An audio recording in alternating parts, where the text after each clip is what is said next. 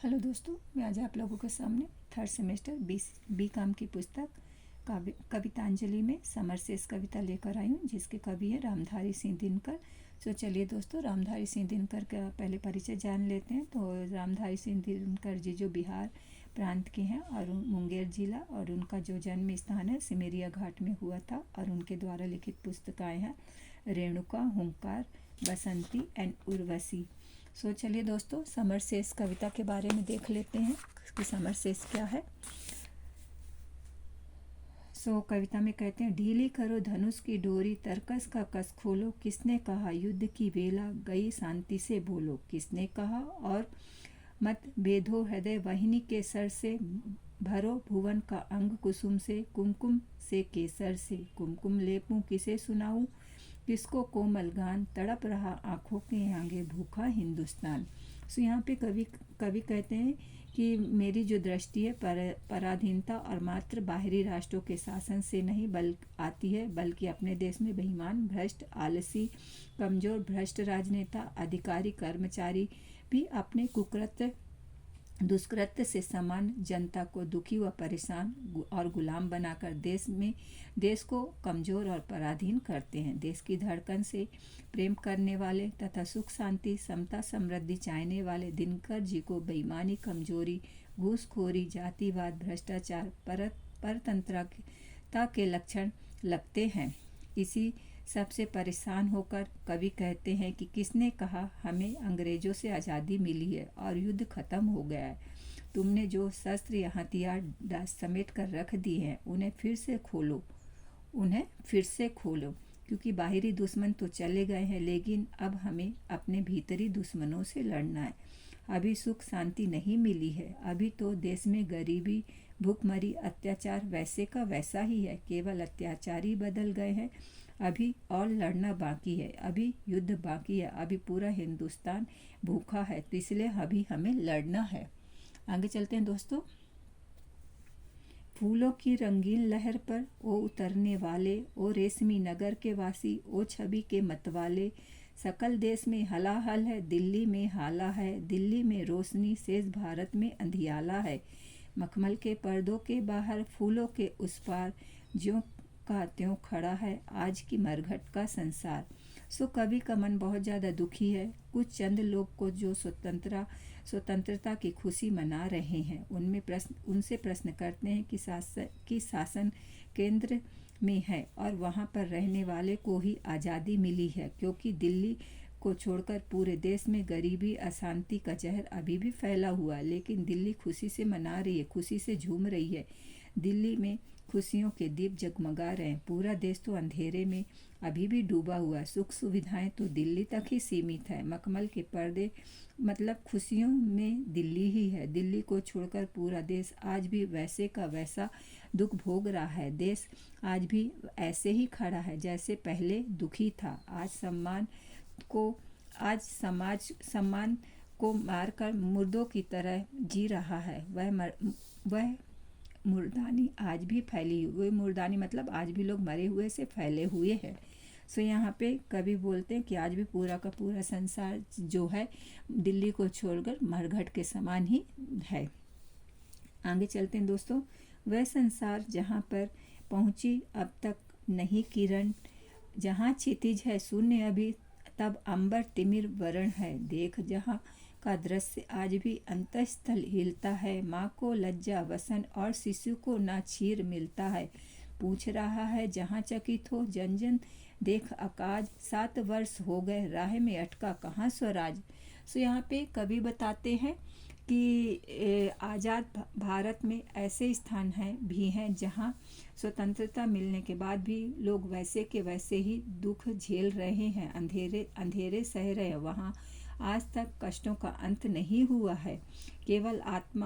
केवल अत्याचारी बदल गए हैं। अब भी अज्ञानता के अंधेरा धरती के से आकाश तक फैला हुआ है। इस देश में एक तरफ तो गरीबी बढ़ती जा रही है कि शरीर ढकने के लिए कपड़ा नहीं है और बच्चों को पिलाने के लिए माँ के स्तन में दूध तक नहीं है। उसने ठीक से खाना भी नहीं मिलता। वह अपने बच्चों को पेट पेट भर दूध भी नहीं पिला सकती। जनता भ्रम में है और वैसे ही भ्रमित होकर देश की पूजा कर रहा है। आश्चर्यचकित होकर लोगों को अकर्मण्यता से देख रहा है। देश को स्वराज्य मिले 7 वर्ष हो गए हैं, लेकिन परिस्थितियों में कोई अंतर नहीं लगता कि स्वराज्य आते आते बीच में ही कहाँ अटक गया है। आज भी वही असमानता और शोषण देशवासी झेल रहे हैं।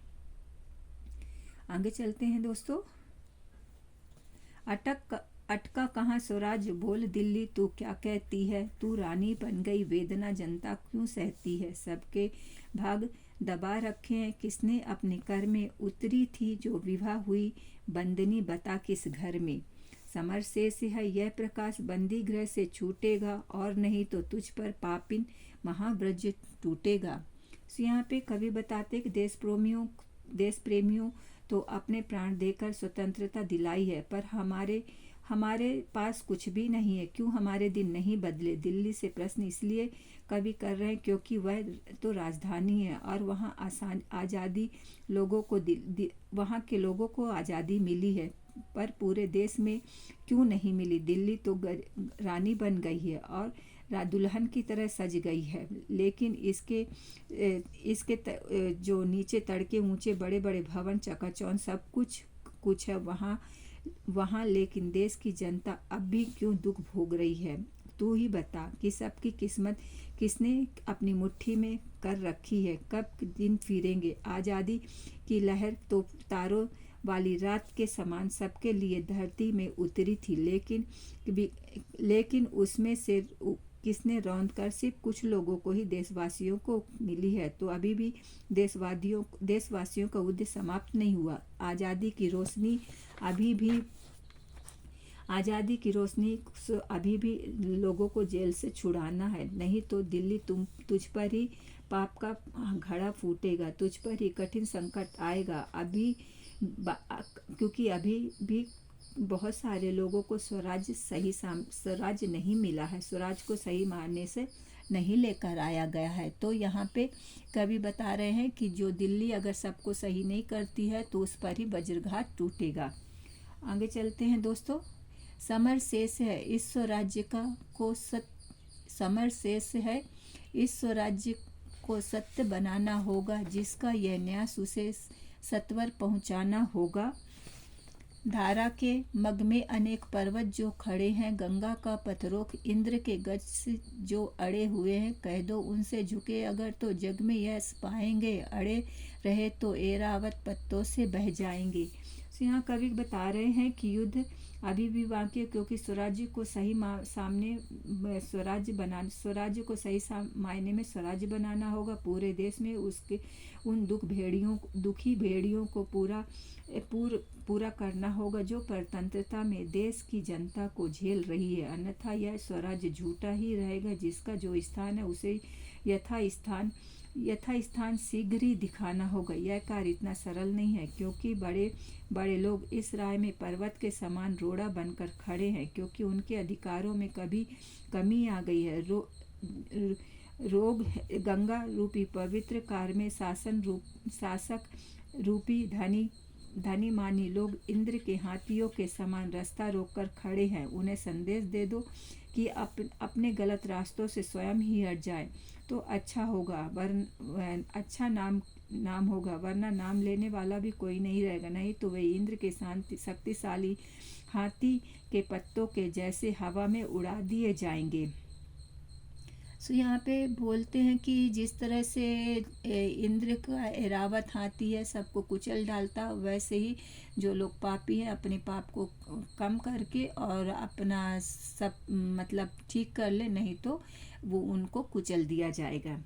आगे चलते हैं 61 में चलते हैं कि समर शेष है जनगंगा को खुलकर लहराने दो, शिखरों को डूबने और मुकुटों को बह जाने दो। पथरीली ऊंची जमीन है तो उसको तोड़ेंगे, समतल पीटे समर की भूमि नहीं छोड़ेंगे। समर शेष है चलो ज्योतिषों को बरसाते तीर, खंड खंड हो गिरे विषमता की काली जंजीर। सो यहाँ पे कवि का मानना है कि असली युद्ध तो अब होगा, जनता को अपने अधिकारों के लिए संघर्ष करना ही होगा और इससे के लिए बेरोक टोक आगे बढ़ने देना चाहिए। जो भीतर के षड्यंत्र और चालाकी से स्वराज्य को सुनकर राजकर संभालने लगे हैं वे शिखर डूब जाएंगे, मुकुट जनगंगा में बहा दिए जाएंगे। इस रास्ते में किसी की भी तरह की रुकावटें आए सबका सामना करेंगे और इस उबड़ खाबड़ धरती को हम अपने ही समान अर्थात सबके रहने योग्य भी हम बनाएंगे। षड्यंत्र के विरोध में प्रकाश के तीर चलाकर असमानता को दूर करके यह काली जंजीर को तोड़ेंगे, नहीं तो इस तरह आगे बढ़ते जाएंगे और काली जंजीर को तोड़ेंगे। आगे चलते हैं दोस्तों। समर शेष है अभिमनुज भक्षी हुंकार रहे, गांधी का पी लहू जवाहर पर भी फुंकार रहे। समर शेष अहंकार इनका हरना बाकी, वक्र को दंत हीन अग्नि को निर्विष करना बाकी। समर शेष है शपथ धर्म की लाना है वह काल, बिचरे अब है देश में गांधी और जवाहर। सो कभी यहाँ पे कहते हैं कि अभी युद्ध बाकी है क्योंकि स्वराज मिलने के बाद भी मनुष्य का खून पीने वाले और शोषण करने वाले पापी अभी भी जीवित हैं। वे गांधी की मृत्यु से परेशान होकर कह रहे हैं कि कुछ नेहरू पर भी नाराज हैं। युद्ध अभी भी बाकी है क्योंकि देश प्रेमियों का जो घमंड है अभी तोड़ना है। भेड़िए गीदड़ के दांत में जो अत्याचार का खून लगा हुआ है उनके दांत को तोड़ना है और सांपों को विषहीन करना। युद्ध अभी बाकी है क्योंकि मानवता के धर्म की शपथ लेना है। वह समय लाना है कि सभी निर्भय होकर रह सके, निडर होकर घूम सके। वही नेता जो पथभ्रष्ट हो रहे हैं उन्हें अपना धर्म याद दिलाना। इसके लिए जनता को युद्ध करना पड़ेगा। चुप रहने वाला अभी भी उतना ही अपराधी है जैसे ऐसे अपराध समय के बढ़ते हुए पन्नों पर अंकित रह पाएंगे। इतिहास के पन्नों पर उनका नाम काले पन्नों पर काले अक्षरों से लिखा जाएगा। आगे चलते हैं दोस्तों। तिमिर पुत्र ये दस्यु कहीं कोई दुष्कांड रचे ना, सावधान हो खड़ी देश भर में गांधी की सेना। बलि स्नेह का यह मृदुवत साधो रे, मंदिर और मस्जिद दोनों पर एक तार बांधो रे। समर शेष है नहीं पापी का भागी, केवल व्याज जो तटस्थ है समय लिखेगा उसका भी अपराध। सो यहाँ पे कवि बता रहे होते हैं कि अपने ही देश से षड्यंत्र रचने वाले और जनता को अंधेरे में रखकर उनका शोषण करने वालों को अंधेरे की संतान कहा गया है कि वे डाकू और कोई भी दुष्कांड न करने पाए, इसके लिए हमें सावधान रहना होगा। गांधी जी के अहिंसा के मंत्र को देश भर में प्रचारित करना होगा। आपसी प्रेम भाईचारा का पाठ पढ़ाना होगा। हमें जो हिंदू मुस्लिम कहकर बांट दिया गया है वह दूरी हमें कम करनी होगी। इसलिए कवि ने हिंदू मुस्लिम को एक तार में बांधने के लिए कहा है कि आपसी प्रेम के तार में बंधना होगा। अंतिम पद में कवि ने बहुत ही विशेष बात कही है कि इस अपराध के समय केवल शिकार करने वाला अपराधी ही नहीं होता बल्कि अपराध को होते देखकर चुप रहने वाला भी उतना ही अपराधी है। ऐसे अपराध करने वालों का आज जो नाम है काले पन्नों के इतिहास में लिखा जाएगा, वह कभी भी ना मिटेगा। तो इस तरह से कवि जो है हमें बोलते हैं कि हमारा अभी देश आज़ाद नहीं हुआ है। हमारे अंदरी देश में जो भी लड़ाई झगड़े चल रहे हैं, जो भी है उनको ख़त्म करके हमको सही मायने में स्वतंत्रता प्राप्त करनी है। तो दोस्तों कैसी लगी कविता कमेंट्स करिए, लाइक करिए, पसंद करिए। धन्यवाद।